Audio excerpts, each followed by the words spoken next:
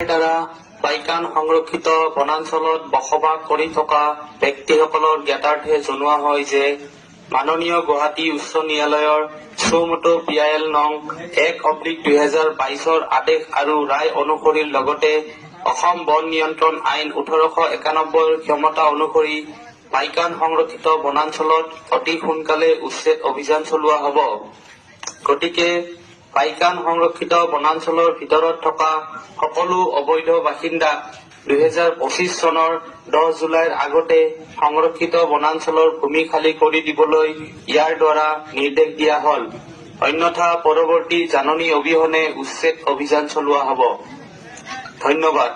পাইকান সংৰক্ষিত বনাঞ্চলত বসবাস কৰি থকা ব্যক্তিসকলৰ জ্ঞাতাৰ্থে জনোৱা হয় যে মাননীয় গুৱাহাটী উচ্চ ন্যায়ালয়ৰ চৌমতো PIL নং 1/2022 আদেশ আৰু ৰায় অনুসৰি লগতে অসম বন নিয়ন্ত্ৰণ আইন 1891 ক্ষমতা অনুসৰি পাইকান সংৰক্ষিত বনাঞ্চলত অতি সোনকালে উচ্ছেদ অভিযান চলোৱা হ'ব।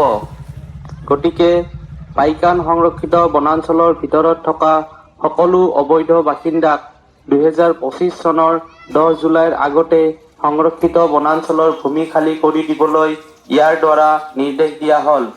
অন্যথা পৰৱৰ্তী জাননী অবিহনে উচ্ছেদ অভিযান চলোৱা হ'ব। ধন্যবাদ। আঞ্চলিক বন বিষয়া, মধ্য বনাঞ্চল, কৃষ্ণাই।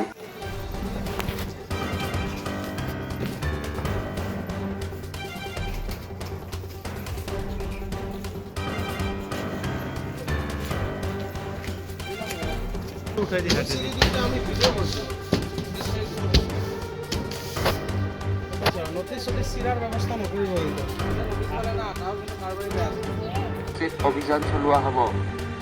ধন্যবাদ। আঞ্চলিক বন বিষয়া, মধ্য বনাঞ্চল, কৃষ্ণাই।